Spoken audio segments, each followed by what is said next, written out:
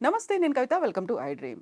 నరాలు తెగే ఉత్కంఠ, అంతకు మించినటువంటి ప్రెషర్, హై ఇంటెన్సిటీ ఇవన్నీ కనిపిస్తాయి ఇండియా వర్సెస్ పాకిస్తాన్ క్రికెట్ మ్యాచ్‌లో. అయితే టీ20 మ్యాచ్ యూఎస్‌లో జరిగినటువంటి ఈ మ్యాచ్‌లో ఎందుకని అంత lowest ever score versus India and Pakistan మధ్య స్కోర్ అయింది? దీంతో పాటుగా అసలు లోపం అనేది ఎక్కడ జరిగింది? అక్కడ బ్యాటింగ్ లోపం కనిపించిందా? లేకుంటే స్టేడియంలో పిచ్ లోపం అనేది కనిపించిందా? మనతో పాటుగా ఉన్నారు sports analyst, cricket commentator Venkatesh గారు. వెంకటేష్ గారు నమస్కారం అండి. సో లోయెస్ట్ ఎవర్ స్కోర్ అనేది పాకిస్తాన్ మీద జరగడం, ఇండియా చేయడం అనేది ఎందుకు అంత అంత తక్కువ గెలిచిన దానికంటే కూడా మనం చూసుకుంటే అరే ఇంత తక్కువ స్కోర్ మీద కొట్టారా మన వాళ్ళు అనేది ఎందుకలా? ఇప్పుడు కర్ణుడి చావుకి అనేక కారణాలు ఉన్నట్టు దీనికి కూడా చాలా కారణాలు ఉన్నాయి. నిజమే, లోయెస్ట్ అవర్ పాకిస్తాన్తో మనం ఎన్నో బ్యాటిల్స్ చూసాం.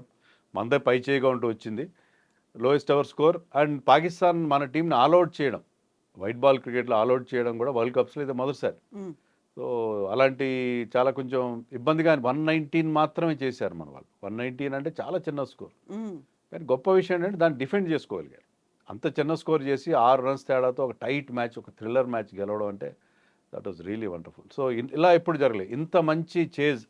అంటే ఇంత చిన్న స్కోర్ని మనం ఎప్పుడు టీ20లో ఎప్పుడు డిఫెండ్ చేసుకోలేదు. టీ20 ఇంటర్నేషనల్లో డిఫెండ్ చేసుకోవడం కాబట్టి పాకిస్తాన్తో హై ప్రెషర్ మ్యాచ్లో అలా ఆడడం. సో మన వాళ్ళు బ్యాటింగ్ ఫెయిల్ అయినప్పటికీ bowlers have come to the party. Bowlers బ్రహ్మాండంగా సక్సెస్ అయ్యారు. మనకి ఒక అన్ఎక్స్పెక్టెడ్ అండ్ ఇంప్రాబబుల్ విక్టరీ. ఎవరు అనుకోలేదు. మ్యాచ్ చూస్తున్న వాళ్ళు డైహార్డ్ ఇండియన్ ఫ్యాన్స్ కూడా ఎప్పుడు అనుకోలేదు. ఒకనొక స్టేజ్లో ఆ విన్ ప్రెడిక్టర్ అని చూపిస్తారు మీకు broadcaster. He was sowing 92% for Pakistan, 8% for India. So ఆ స్టేజ్ నుంచి మనం 92% అంటే అసలు ఆల్మోస్ట్ ఆశలు వదులుకోవడమే. అలాంటి అది ఏఐ బేస్డ్. సో అది ఎంతవరకు యాక్యురేట్ అనేది తర్వాత సంగతి. బట్ స్టిల్ 92% విన్ పర్సంటేజ్ నుంచి ప్రెడిక్టర్ నుంచి మనం మ్యాచ్ని అట్లా టర్న్ చేయడం అనేది wonderful. And it all belongs to Bumrah. Jasprit Bumrah ఒక అద్భుతమైన బౌలర్. ఎందుకంటే మామూలుగా ఇండియా పాకిస్తాన్ క్లాష్ అనగానే హీరో ఎవరంటే Virat Kohli. Virat Kohli has been doing well in all India Pakistan clashes. అది వన్ డేస్ కావచ్చు, టీ20s కావచ్చు. కానీ ఇక్కడ ఈ వరల్డ్ కప్ మ్యాచ్లో విరాట్ కోహ్లీ ఫెయిల్ అయ్యాడు ఫర్ చేంజ్. బట్ బుమ్రా మనకి ఆ అద్భుతమైన విజయాన్ని అందించాడు. Wonderful bowling performance. సో ప్రతి బాల్ అనేది, ప్రతి ఓవర్కి ఆ టెన్షన్ అనేది పెరుగుతూ ఉంటుంది. అందులో 119కి ఆల్అౌట్ అవ్వడం అనేది ఒక డిసప్పాయింటింగ్. 20 ఓవర్స్ కూడా ఆడకుండానే వెళ్ళిపోవడం అనేది ఈ టైంలో ప్రతి ఒక్కరికి మీరన్నట్టుగా అసలు లాస్ట్ దాకా ఉంటుందా, గెలుస్తుందా, ఎవరిది పై చేయి అవుతుంది, ప్రతిసారి మనమే గెలవాలి అని ఒక ఫీల్ ఉంటుంది కదా. సో అక్కడ దానికి రీజన్స్ ఏమని మీరు అనుకుంటున్నారండి? ఫస్ట్ మన రీజన్ ఏంటంటే పిచ్ బాగలేదు. పిచ్ మాత్రం బాగలేదు. మీరు ఫస్ట్ ఇక్కడ ఇప్పుడు 4-5 మ్యాచ్లు జరిగాయి. దాంట్లో చాలా వరకు 100 బిలో స్కోర్స్ వచ్చాయి. అంటే న్యూయార్క్లో మ్యాచ్లు జరపాలి, అమెరికాలో క్రికెట్ని ప్రమోట్ చేయాలి, గేమ్ని గ్లోబలైజ్ చేయాలి. ఇవన్నీ చాలా పెద్ద లక్ష్యాలు పెట్టుకున్నారు ఐసీసీ వాళ్ళు. బాగానే ఉంది. ఈవెన్ బీసీసీఐ కూడా. ఎందుకంటే అమెరికాలో ఉన్న ఆ సైజ్ ఆఫ్ ది కంట్రీ, ఆ కంట్రీకి ఉన్న అక్కడ ఉన్న రిసోర్సెస్ కానీ, బ్రాడ్కాస్ట్ పొటెన్షియల్ కానీ, ఇవన్నీ చూస్తే ఏంటంటే అమెరికాని కనుక మీరు క్యాప్చర్ చేయగలిగితే క్రికెట్ ఎక్కడికి వెళ్ళిపోతుంది. సో ఆ ఉద్దేశం బాగానే ఉంది. కానీ దానికి తగిన ఏర్పాట్లు కూడా చేయాలి కదా. ఏర్పాట్లు చేయలేకపోయారు. న్యూయార్క్లో నిన్న మ్యాచ్ 34,000 మంది చూశారు. సో స్టేడియం నిండిపోయింది, కిక్కిరిసిపోయింది. టికెట్స్కి విపరీతమైన డిమాండ్. ఒక రిపోర్ట్ ప్రకారం ఒక టికెట్ ₹1,50,00,000 అమ్మారు. బ్లాక్ మార్కెట్లో, రీసేల్ మార్కెట్ అంటారు వాళ్ళు, బ్లాక్ మార్కెట్ అన్నారు. దాంట్లో ₹1,50,00,000 టికెట్ అమ్మారు. అసలు ఒరిజినల్ టికెట్ రేటే చాలా హైగా ఉంది, లక్షల్లో ఉంది. సో అంత క్రేజ్ ఉంది, అంత బాగానే ఉంది. కానీ దానికి తగిన ఏర్పాట్లు కూడా ఉండాలి కదా. మీకు ఏర్పాట్లు లేవు. అక్కడ ప్రాపర్ స్టేడియం లేదు మీకు. 3 నెలల క్రితం వరకు ఆ గ్రౌండ్ ఖాళీగా ఉంది. ఆ గ్రౌండ్లో అది పార్క్, అది ఆ గ్రౌండ్లో సడన్గా ఏంటంటే చాలా లేట్గా ఒక స్ట్రక్చర్, అంటే స్క్రూ డ్రైవర్ ఫిట్టింగ్ అనమాట. అంటే ఒక కాంక్రీట్ స్ట్రక్చర్ లేదు, అది అంతా అసెంబుల్డ్ అల్యూమినియం ఐరన్ స్ట్రక్చర్ ఒకటి అక్కడ పెట్టి స్క్రూ డ్రైవర్తో ఫిట్ చేసి ఒక గ్రౌండ్ లాగా తయారు చేసి స్టాండ్స్ ఎరెక్ట్ చేశారు. సో అలా ఒక మాడ్యులర్ స్టేడియం తయారు చేశారు. పిచ్ని ఎక్కడి నుంచి చెప్పించారు? ఎక్కడో 16,000 కిలోమీటర్ల దూరంలో ఆస్ట్రేలియాలో అడిలైడ్లో పిచ్ తయారు చేయించి దాన్ని షిప్లో తీసుకొచ్చి బై రోడ్ తీసుకొచ్చి 10 పిచ్లు తీసుకొచ్చి దాన్ని 4 పిచ్లు గ్రౌండ్లో అమర్చారు. అలా అమర్చిన పిచ్ ఏంటంటే మన క్యూరేటర్స్, పిచ్ గురించి తెలిసిన వాళ్ళు, పిచ్ తయారు చేసే గ్రౌండ్స్ మ్యాన్ వాళ్ళు చెప్పేది ఏంటంటే ఇలా అమర్చిన పిచ్ని కనీసం 3 నెలల నుంచి దాన్ని రోలింగ్ చేయాలి. 3 నెలలు దాని మీద మ్యాచ్లు ఆడాలి. కానీ అది ఎప్పుడు వచ్చింది, అది మార్చిలో వచ్చింది. ఏప్రిల్లో పెట్టారు, మనం జూన్లో ఆడుతాం. 3 నెలల్లో 2 నెలల్లోనే అవుతుంది. దానికి ఎలా ప్రాపర్గా దాన్ని రెడీ చేయలేదు.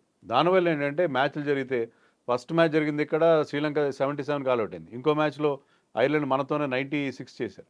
సో వర్స్ట్ కండిషన్స్, బాల్ బ్యాటింగ్కి అనుకూలంగా లేకపోవడం, పిచ్ అనేది ఒక విషయం. రెండోది ఇంజరీస్ అవుతున్నాయి. మనం ఐర్లాండ్తో మ్యాచ్ ఆడినప్పుడు రోహిత్ శర్మకి దెబ్బలు తగిలినాయి, రిషబ్ పంత్కి దెబ్బలు తగిలినాయి. సో ఇలాంటి పిచ్ మీ ఉద్దేశం చాలా బాగుంది. గేమ్ని ప్రమోట్ చేయాలి, అమెరికాకి తీసుకెళ్ళాలి, న్యూయార్క్లో బోలెంత మంది ప్రవాస భారతీయులు ఉన్నారు, వాళ్ళందరూ గేమ్ని అక్కడ మ్యాచ్ జరిగితే వస్తారు, ఇంట్రెస్ట్ చూపిస్తారు, అంతా బాగానే ఉంది. బట్ ప్రాపర్ అరేంజ్మెంట్స్ చేయాలి కదా.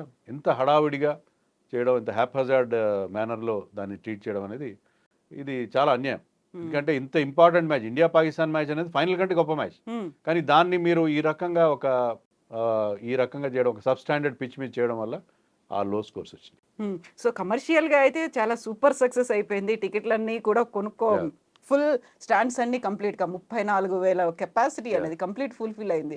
కాకుండా స్కోర్ చూడగానే మాత్రం ఒక డిసప్పాయింట్మెంట్ అనేది వస్తుంది. దెబ్బలు అవుతున్నాయి. అక్కడ డేంజరస్ పిచ్ అనేది ఒకటి వచ్చింది, ఆ తర్వాత క్రిటిసిజం అనేది వచ్చింది, అన్అఫిషియల్గానే ఒక స్టేట్మెంట్స్ అనేవి ఇవన్నీ చూసిన తర్వాత కొంచెం డిసప్పాయింట్మెంట్. కాకపోతే మనకున్నటువంటి ఆ జోష్ మాత్రం బీట్ చేసాం మనం, ఒక లాస్ట్ మినిట్ దాకా ఉన్న టెన్షన్ అనేది. ఇప్పుడు మార్కెటింగ్ పరిభాషలో షో ప్యాకేజింగ్ అంటారు. షో ప్యాకేజింగ్ బాగా చేశారు, కానీ అసలు మెయిన్ కంటెంట్ సరిగ్గా లేని పరిస్థితి అక్కడ మనకు కనిపిస్తుంది. సో పిచ్ సరిగ్గా లేదు, ఏం లేదు. ఒకనొక రిపోర్ట్ ప్రకారం, అంటే అది దాన్ని వెరాసిటీ అది ఎంతవరకు కరెక్ట్ అని మనది హ్యావ్ టు వెరిఫై. 250 కోట్లు ఖర్చు పెట్టారు ఈ స్టేడియం తయారు చేయడానికి. కానీ టికెట్ల రూపంలోనే, అంటే గేట్ కలెక్షన్ ద్వారానే వాళ్ళు 350 కోట్లు సంపాదించారు. సో డబ్బులు పోగేసుకోవడంలో, కాసుల వర్షం కురిపించడంలో సక్సెస్ అయ్యారు. కానీ క్రికెట్కి ఎంతవరకు మీరు న్యాయం చేశారు? ఇలాంటి పిచ్ 119 చేయడం ఏంటి? దాన్ని వాళ్ళు చేజ్ డౌన్ చేయలేకపోవడం ఏంటి? బాల్ బౌండరీలు రాకపోవడం, బౌండరీలు సిక్సర్లు ఎక్కువైన ఐపీఎల్లో. అక్కడ అతివృష్టి ఉంటే ఇక్కడ అనావృష్టి అయింది. ఇలాంటి పిచ్ ఉండకూడదు. Cricket is contest between bat and ball. There should be balance, equal contest ఉండాలి. ఈక్వల్ కాంటెస్ట్ లేకుండా బ్యాట్ డామినేట్ చేసినా ఇబ్బందిగానే ఉంటుంది మనకి, ఈ రకంగా బాల్ డామినేట్ చేసినా ఇబ్బందిగానే ఉంటుంది. So this is not the way you should conduct A world cup. World cup అనేది ఒక మెగా ఈవెంట్, దాన్ని ఐసీసీ కండక్ట్ చేస్తుంది. ICC should set an example for the boards like BCCI, మిగతా బోర్డ్స్ అన్నిటికీ వాళ్ళు ఎగ్జాంపుల్ సెట్ చేయాలి. కానీ వాళ్ళే ఇంత దారుణంగా కండక్ట్ చేయడం అనేది అన్యాయం. ఇంత గొప్ప మ్యాచ్ నిజంగా నిన్న వర్షం వల్ల కూడా ఇబ్బంది కలిగింది. సో వాళ్ళు ప్రాపర్గా దానికి కేర్ తీసుకోలేదు, కేవలం మార్కెటింగ్ మీద దృష్టి పెట్టారు. అంతేగాని క్రికెట్ని దేని గురించి అయితే ఇంతమంది క్రికెట్ ఫాలో అవుతున్నారు, ఆ బేసిక్ ప్రొఫెషనలిజం అక్కడ లోపించిందని చెప్పాలి. సో మనకేంటంటే ఇండియన్స్ ఫీల్ అయ్యేది, మన దగ్గర ఉన్నటువంటి రెండు మతాలు, ఒకటి సినిమా, ఒకటి క్రికెట్ అనుకుంటారు. సో క్రికెట్లో ఇంత ఒక నెయిల్ బైటింగ్ అయితే కనిపిస్తూ ఉంటుంది, ఒక ఎండింగ్ అనేది ఉంటుంది. ఆ నెయిల్ బైటింగ్ ఎండింగ్, ఆ ఫినిషింగ్ అనేది అయితే ఉంది. కానీ ఒక డిసప్పాయింట్మెంట్, యూజువల్గా పాకిస్తాన్ అనగానే అంత హై ఎక్స్పెక్టేషన్స్ ఉంటాయి, ప్రపంచం అంతా ఎదురు చూస్తూ ఉంటుంది. మనకి ఆ వరల్డ్ కప్ మ్యాచెస్లో తప్ప మనం ఆడట్లేదు పాకిస్తాన్స్తో. సో నిన్నటి మ్యాచ్ని ఓవరాల్గా మీరు అనాలిసిస్ చేయాలంటే ఎలా అనిపించిందండి? One of the best matches అండి. ఇప్పుడు మనకి గొప్ప విషయం ఏంటంటే ఇండియా పాకిస్తాన్ క్లాష్కి ఇంత హైప్ రావడానికి, ఇంత బజ్ క్రియేట్ కావడానికి కారణం ఏంటంటే, ప్రతిసారి మ్యాచ్ జరిగినప్పుడు అది ఆషామాషిగా వన్ సైడెడ్ జరగదు. చాలా వాళ్ళు కూడా ఏంటంటే వాళ్ళ శక్తియుక్తులన్నీ ఒడ్డి పోరాడతారు. మనం కూడా అలాగే చేస్తాం. మొన్న ఇదే పాకిస్తాన్ టీం అమెరికాతో చిత్తుగా ఓడిపోయింది, చాలా దారుణంగా పర్ఫామ్ చేస్తారు. అక్కడ ఇండియా వచ్చేసరికి దే రేజ్ దర్ గేమ్, చాలా పూనకం వచ్చినట్టు ఆడతారు. మనం కూడా అలాగే ఆడతాం. మనం కూడా ఏంటంటే ఒక్క చిన్న మెత్తు వాళ్ళకి అవకాశం కూడా ఇవ్వకుండా ఆడతాం. దానివల్ల నిన్న match, even though it was లో scoring, played an sub standard pitch, it was a wonderful match. ఎందుకంటే ప్రతి ఒక్కరికి ఆ ఉత్కంఠ, నరాలు తెగే ఉత్కంఠ అని మీరు అన్నారే, అది చివరి దాకా కొనసాగింది. ఒకవేళ ఇండియా ఓడిపోయినా కూడా నాకేమనిపించింది, ఒక స్టేజ్లో ఒక మంచి మ్యాచ్ చూస్తున్నాం. సరే మన వాళ్ళు పోరాడారు, ఓడిపోయింది, but we have seen a wonderful match అన్నట్టుగా అనిపించింది. గెలిచిన తర్వాత మనకి ఆ ఫీలింగ్ వేరే ఉంటుంది.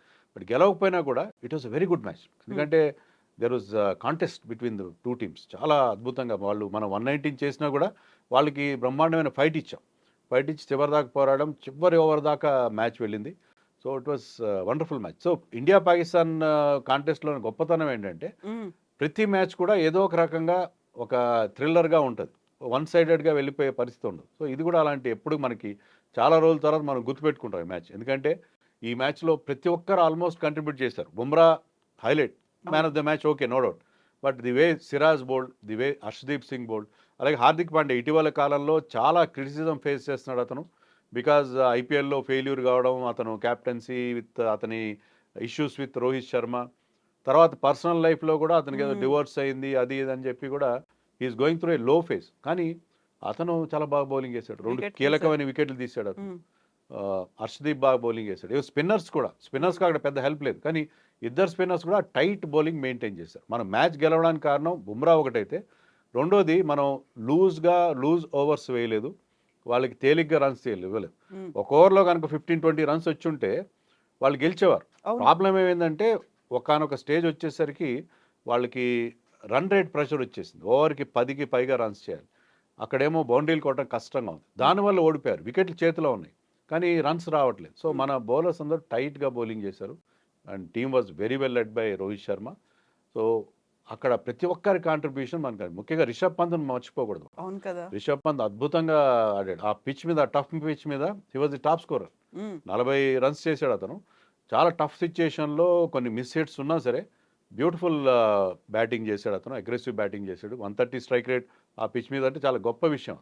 ప్లస్ అతని కీపింగ్ చాలా బాగుంది, 3 క్యాచ్లు పట్టుకున్నాడు, అద్భుతమైన క్యాచ్లు పట్టుకున్నాడు. So Rishabh Pant role and Bumrah వీళ్ళిద్దరూ heroes. And Axar Patel number 4 పంపిస్తే ఒక 20 చేశాడు, బౌలింగ్ ఇస్తే ఒక ఇంపార్టెంట్ వికెట్ కూడా తీశాడు. So almost everybody contributed to that wicket. అయితే ఇప్పుడు యుఎస్లో జరిగినటువంటి ఈ 2 మ్యాచ్లే కాదు, ఫర్దర్గా కూడా చూస్తే వస్తున్నటువంటి చాలా వరకు కామెంట్స్ ఏంటంటే టీంని మళ్ళీ మార్చాల్సినటువంటి అవసరం ఉందేమో, లేకుంటే ఇప్పుడు సూర్యకుమార్ కావచ్చు, సూర్యకుమార్ యాదవ్తో పాటుగా శివం దూబే రీప్లేస్ చేయాలా, లేకుంటే వీళ్ళని ఏ ప్లేసుల్లో పంపించాలి, వీటన్నిటికీ సంబంధించి ఇంకా బోల్డ్ అంత అనాలిసిస్ వినిపిస్తోంది కదా, మీరెలా చూస్తారు? అంటే మన ఫ్యాన్స్ ఎలా రియాక్ట్ అవుతారంటే, ఒక్క మ్యాచ్ బాగా ఆడకపోతే ఇతను పనికిరాడు. అవును. బట్ శివం దూబే విషయంలో ఖచ్చితంగా ప్రాబ్లం కనిపిస్తుంది. Shivam Dube was doing extremely well ఎప్పటి వరకు, ఇండియా టీం సెలక్షన్ వచ్చేంత వరకు ఐపీఎల్లో. ఒక్కసారి ఇండియా టీం సెలెక్ట్ కాగానే అతను ఏదో బిగుసుకుపోయినట్టుగా ఉన్నాడు. అంటే వరల్డ్ కప్ ఆడుతున్నానన్న ఫీలింగ్ అతనికి ఒక మెంటల్ బ్లాక్ క్రియేట్ చేసినట్టుగా ఉంది. ఐపీఎల్లో అతను 200 స్ట్రైక్ రేట్తో బ్యాటింగ్ చేసేవాడు, 100 స్ట్రైక్ రేట్ పడిపోయింది అతను. IPL total failure. ఇక్కడ ప్రాక్టీస్ మ్యాచ్లో బాగా ఆడలేదు, ఇక్కడ ఈ మ్యాచ్లో కూడా టోటల్గా ఫెయిల్ అయ్యాడు. సో శివం దూబే మనకు ఒక వీక్ లింక్గా కనిపిస్తున్నాడు. సూర్యకుమార్ విషయంలో ఆ మాట చెప్పను. బట్ సూర్యకుమార్కి వచ్చిన ప్రాబ్లం ఏంటంటే అన్నిసార్లు బాగానే ఆడతాడు. పాకిస్తాన్తో ఇప్పటివరకు 3-4 మ్యాచ్లు ఆడాడు, ఎప్పుడు కూడా అతను సక్సెస్ కాలేదు. అంటే పాకిస్తాన్ అనగానే అతనికి ఏదో ఒక ప్రెషర్ ఫీల్ అవుతున్నట్టుగా ఉన్నాడు. బట్ సూర్యకుమార్ వినో ఈజ్ వరల్డ్లో నెంబర్ 1 T20 ప్లేయర్. అతనుకున్న రేంజ్ ఆఫ్ షాట్స్ అవన్నీ, నిన్న బ్యాటింగ్లో ఫెయిల్ అయినప్పుడు అద్భుతమైన క్యాచ్ పట్టున్నాడు స్లిప్లో. So Suryakumar will come back. But మీరంటే శివం దూబే విషయంలో ఖచ్చితంగా ఒక నిర్ణయం తీసుకోవాలి. మనకు అక్కడ చాయిస్ ఉంది. సంజు శాంసన్ మంచి ఫామ్లో ఉన్నాడు, అతన్ని తీసుకోవచ్చు. శివం దూబేని మనం ఎందుకు టీంలో పెట్టుకున్నాం అంటే స్పిన్నర్స్ని బాగా ఆడతాడు, స్పిన్నర్స్ మీద సిక్సర్లు కొడతాడు అని అనుకున్నాం. కానీ అతను ఇప్పుడున్న ఫామ్ మనకి అతని ప్లేస్ జస్టిఫై చేయట్లేదు. అండ్ ఈ can give you a couple of overs of medium pace. కానీ ఇప్పుడు టీంలో సెట్ అయిన దాంట్లో అతని బౌలింగ్ కూడా మనకు అవసరం వచ్చేయట్లేదు. సో సంజు శాంసన్ని నెక్స్ట్ మ్యాచ్లో అతన్ని రీప్లేస్ చేసే అవకాశం. Jaiswal is another choice. But Jaiswal ఏంటంటే బేసికలీ ఓపెనింగ్ బ్యాట్స్మెన్. ఇప్పుడు మనం ఆల్రెడీ ఒక టెంప్లెట్తో వెళ్తున్నాం. Virat Kohli and Rohit Sharma opening. విరాట్ కోహ్లీ 2 మ్యాచ్ల్లో కూడా ఫెయిల్ అయ్యాడు. ఐర్లాండ్ మీద ఫెయిల్ అయ్యాడు, పాకిస్తాన్ మీద ఫెయిల్ అయ్యాడు. బట్ స్టిల్ ఐ థింక్ ఆ కాంబినేషన్ ఇప్పుడే డిస్టర్బ్ చేయరు. So Yashasvi is good only as an opener. So అందుకని నెక్స్ట్ మ్యాచ్లో మీరు అన్నట్టుగా దూబే ప్లేస్లో సంజు శాంసన్ ఆడే అవకాశం ఉంది. అదొక్క మార్పే మనం చూసే పరిస్థితి. సరే, ఇప్పుడు అమెరికా తర్వాత మళ్ళీ మనం వెస్టిండీస్కే వెళ్తాము. అక్కడ ఉన్నటువంటి కీలకమైనటువంటి మ్యాచెస్ అన్నీ అక్కడే ఉంటాయి. సెమీఫైనల్, ఫైనల్స్ అన్నీ ఉన్నప్పటికీ కూడా అక్కడ రావాల్సినటువంటి మార్పులు కానీ మీ ప్రెడిక్షన్లో ఎలా ఉంటాయి మ్యాచెస్ అనేది, ఎవరెవరు సెమీఫైనల్, ఫైనల్గా ఉంటారనుకుంటున్నారు? మనం ఇక్కడ యుఎస్లో ఆడిన ఈ న్యూయార్క్ పిచ్ మీద పేసర్స్కి ఎక్కువగా హెల్ప్ కనిపించింది. బట్ ఒక్కసారి once we go to West Indies, spinners will call the shots. స్పిన్నర్స్కి అక్కడ చాలా హెల్ప్ ఉండే అవకాశం ఉంది. సో అక్కడికి వెళ్తే మీకు సినేరియో మారిపోతుంది టోటల్గా. స్పిన్నర్స్ ఎక్కువగా రాణించే అవకాశం ఉంటుంది. ఇప్పుడు మనం we are going with just 2 spinners and 4 pace బౌలర్స్తో వెళ్తున్నాం. అక్కడ మనం ఏం చేయొచ్చు అంటే హార్దిక్ పాండ్యా మనకి థర్డ్ సీమర్గా ఉంటాడు కాబట్టి ఒక పేసర్ని ఐదర్ సిరాజ్ని కానీ హర్షదీప్ కానీ పక్కన పెట్టి we can go with third spinner in Kuldeep Yadav. So అక్కడికి వచ్చేసరికి మనం స్పిన్నర్స్ మీద ఎక్కువ డిపెండ్ అయ్యే పరిస్థితి ఉంటుంది. సో అక్కడ మనం ఆ మార్పు చేసుకోవాల్సి ఉంటుంది. 4 పేసర్స్ వెస్టిండీస్ పిచ్ మీద మనకు అవసరం ఉంది. మిగతా లైనప్లో పెద్దగా మార్పు ఉండే అవకాశం లేదు. అక్షర్ పటేల్ అండ్ జడేజా ఇద్దరు ఆడుతుంటే ఏంటంటే మీకు బ్యాటింగ్లో డెప్త్ ఉంటుంది, నెంబర్ 8 దాకా డెప్త్ ఉంటుంది. నిన్న మీరు అబ్జర్వ్ చేస్తున్నారు పాకిస్తాన్కి ప్రాబ్లం ఏంటంటే వాళ్ళు నలుగురు ఫాస్ట్ బౌలర్స్ ఆడారు, నలుగురు కూడా బ్యాటింగ్ గొప్పగా చేయరు. So they had a long tail. So ఎప్పుడైతే లాంగ్ టైల్ ఉందో వాళ్ళు లాస్ట్లో వాళ్ళకి రావాల్సిన యాక్సిలరేషన్ వాళ్ళకి రాలేదు. సో ఈ సెమీఫైనల్స్ కావచ్చు, ఫైనల్స్ కావచ్చు, ఏ ఏ టీంలు ఉంటాయని మీరు అనుకుంటున్నారు అక్కడ? టూ ఎర్లీ టు సే అండి ఇప్పుడు, ఎందుకంటే ఇప్పుడు టోర్నమెంట్ ఆగి 10 రోజులు కాదు, బిగినింగ్ లో ఉన్నాం మనం. 10 రోజులు కూడా కాలేదు. కానీ at this moment Australia looking very good, India is looking very good. న్యూజిలాండ్ అనుకున్నంత గొప్పగా ఆడట్లేదు. ఇంగ్లాండ్ ఆన్ పేపర్ చాలా బాగుంది, కానీ వాళ్ళ పర్ఫార్మెన్స్ ఇప్పటివరకు అయితే ఇంప్రెసివ్గా లేదు. But we know England can come back. England ఒకటి, పాకిస్తాన్ ఎప్పుడు మనం తక్కువగా అంచనా వేయాల్సిన అవసరం లేదు. South Africa is also doing well. ప్రస్తుతానికైతే ఈ 4 టీంలే కాస్త ఇంప్రెసివ్గా కనిపిస్తున్నాయి. సో మనకి ఐపీఎల్ అయిపోగానే మళ్ళీ ఎప్పుడు మ్యాచెస్ వస్తాయా, మళ్ళీ T20 ఎప్పుడు వస్తుందా అని మనమైతే ఎదురు చూస్తూ ఉంటాం. కాకపోతే వాళ్ళకి టైం, అంటే ట్రైనింగ్ కావచ్చు, వాళ్ళకి కావాల్సినటువంటి ప్రాపర్ రెస్ట్ అనేది లేకపోవడం, ఇవన్నీ కూడా ఎఫెక్ట్ పడుతున్నాయని అంటారు. ఐపీఎల్ ఒక రూన్ చేసింది దీన్ని, ఆ ఒరిజినల్ ఏదైతే స్పైస్ అనేది ఉందో, స్పిరిట్ అనేది ఉందో దాన్ని పోగొట్టింది అంటారు. ఈ మధ్యలో ఉన్నటువంటి గ్యాప్ సరిపోయింది అంటారా మన టీంకి, మన క్రికెటర్స్కి? ఏమాత్రం సరిపోదు, ఎందుకంటే ఐపీఎల్ ఇది లాంగ్ టోర్నమెంట్. 2.5 నెలల టోర్నమెంట్ ఆడి దాంట్లో మీరు మ్యాచ్లు 14-15 మ్యాచ్లు ఆడడం కాదు, the amount of travelling, you will be travelling across the length and breadth of the nation. So మీరు అక్కడెక్కడో లక్నో నుంచి కింద చెన్నై వరకు, ఇటు అహ్మదాబాద్ నుంచి కలకత్తా వరకు ట్రావెలింగ్ దాకా కూడా వెళ్ళి you will be living out of suit cases. మళ్ళీ వెళ్ళి ఆ సూట్ కేసు ప్యాక్ చేసుకోవాలి, మళ్ళీ వెళ్ళి హోటల్లో వెళ్ళాలి, చెక్ ఇన్ అవ్వాలి, మళ్ళీ సూట్ కేసు ఓపెన్ చేయాలి, మళ్ళీ సర్దుకోవాలి. సో మెంటల్గా ఫిజికల్గా డ్రైన్ అవుట్ అవుతారు ప్లేయర్స్. చాలా ఇబ్బందికరమైన పరిస్థితి. మీకు 1 వీక్ గ్యాప్లో వరల్డ్ కప్ స్టార్ట్ అయింది. ఐపీఎల్ ముగిసిన 1 వీక్ గ్యాప్లో ఎవరైతే ప్లే ఆఫ్స్ ఆడారో ఆ ప్లేయర్స్ కూడా ఆడుతున్నారు ఇక్కడ. సో 1 వీక్ గ్యాప్లో వరల్డ్ కప్ స్టార్ట్ అయినప్పుడు డెఫినెట్గా ఆ గ్యాప్ అనేది లేదు. మనం చాలా సందర్భాల్లో వరల్డ్ కప్ ఓడిపోవడానికి కారణం ఏంటంటే మన ప్లానింగ్. కొన్ని సందర్భాల్లో మనం ఆ ఒక టీంతో ఒక లాంగ్ సిరీస్ ఆడతాం, తర్వాత వరల్డ్ కప్ ఆడతాం. ప్లేయర్స్కి మెంటల్గా ఆ ఫెటిగ్ అనేది ఉంటుంది. సో ఇప్పుడు కూడా అలాగే అవుతుంది. సో ఇక్కడ మన టీం అంత స్ట్రాంగ్గా కనబడకపోవడానికి కారణం ఏంటంటే ఈ ఫెటిగ్ అనేది, మెంటల్ అండ్ ఫిజికల్ ఫెటిగ్ అనేది ఖచ్చితంగా ఉంటుంది. కానీ ఇప్పుడున్న పరిస్థితులు ఏంటంటే మన ఇండియన్ క్రికెట్లో ఎక్కడ మీకు గ్యాప్ ఉండట్లేదు. మీరు throughout the 12 months of the year ఖచ్చితంగా మ్యాచ్లు ఆడుతున్నాం. అదే రొటేషన్ చేసుకునే అవకాశం ఉంటుంది కాబట్టి కొంతవరకు అది చేసి. కానీ ఐపీఎల్లో all Indian players, important players అందరూ ఆడతారు. అక్కడ ఫ్రాంచైజీల చేతిలో ఉంటారు. బుమ్రాకి రెస్ట్ ఇస్తే బాగుంటుంది అన్న, Bumrah played all matches played by Mumbai Indians. ఒక్క మ్యాచ్లో కూడా అతనికి రెస్ట్ ఇవ్వలేదు. అలాంటి పరిస్థితి ఇది అవాయిడబుల్ యాక్చువల్గా. భవిష్యత్తులో అయినా దీని గురించి, ఎందుకంటే మనకి ఐసీసీ ట్రాఫీస్ రావట్లేదని మనం అనుకుంటున్నాం, కానీ మనం ప్రాపర్గా ప్రిపేర్ అవుతున్నామా లేదా అనేది ఒక్కసారి మనం ఆత్మవిమర్శ చేసుకోవాల్సిన అవసరం. ఎస్ వెంకటేష్ గారు, థ్యాంక్ యూ సో మచ్ అండి.